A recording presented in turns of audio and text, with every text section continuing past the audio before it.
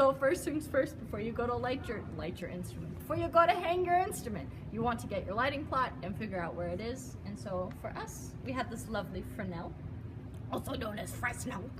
Other types of instruments, you have the ellipsoidal, also known as ERS. You have the scoop, parcan. Am I missing anything, Bree?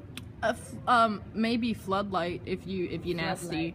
But I don't think do we even have floodlights? Yeah, there was one downstairs. Well, nevertheless. So finally, checking with Cara and looking at our lighting plot, we had a Fresnel, and we hung it here for the platform that will be there later for Great Expectations. When you go to hang it, usually what I do is I hold it steady on the railing and then hook it through, just so this is attached but also like not in my way before with the I hang safety it on cable. there. So you put the safety cable on first. Heard. But then once you hook it on your bar here, you can do finger tightening or use a wrench if you need it. So you'll tighten it here and get it into place and make sure that it won't move. Yeah. And then for the light itself, you want to make sure that the yoke is situated where you need it, so you can tighten it or loosen it to move the light however you want to. Ours is really hard so we'll need a wrench, but we've already done that, so we're not going to move it.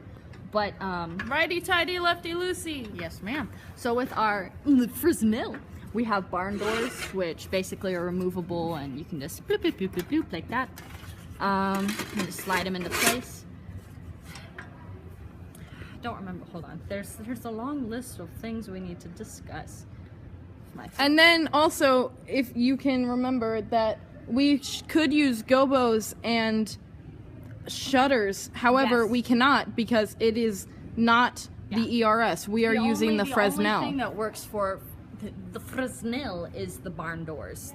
It's usually the ellipsoidal, like this one over here, that has shutters and space for the gobo. By the way, Cara, we know that it's pronounced for now. I just want to make that clear. Before you hook it into your dimmer, you want to test the instrument first to make sure it works. So you would just go in and you would turn it on. Oops, wrong end, sorry. And hook it in.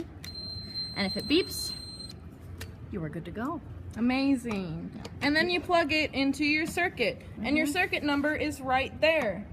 Isn't that cool? Ours is 69. And you know what the circuit is, so you can plug into the right dimmer. Yes. And we're going to take you to that right now. All right, so this is your race, right? Hey. So all of this connects to the dimmers out there as well. So whatever you connect your instrument to, like down here, it will give you a connects number. to all your sockets. That one's 51. That means that this one is also 51. Yep.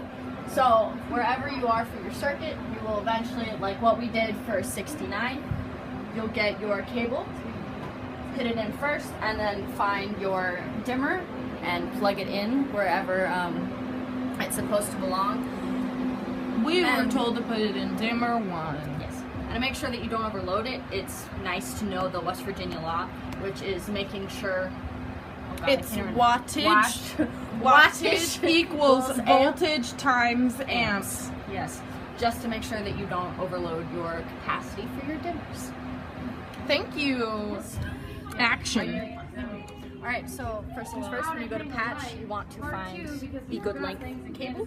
So you have different ones of like relatively short or pretty long, just depending on where your dimmer and circuit are in location to each other.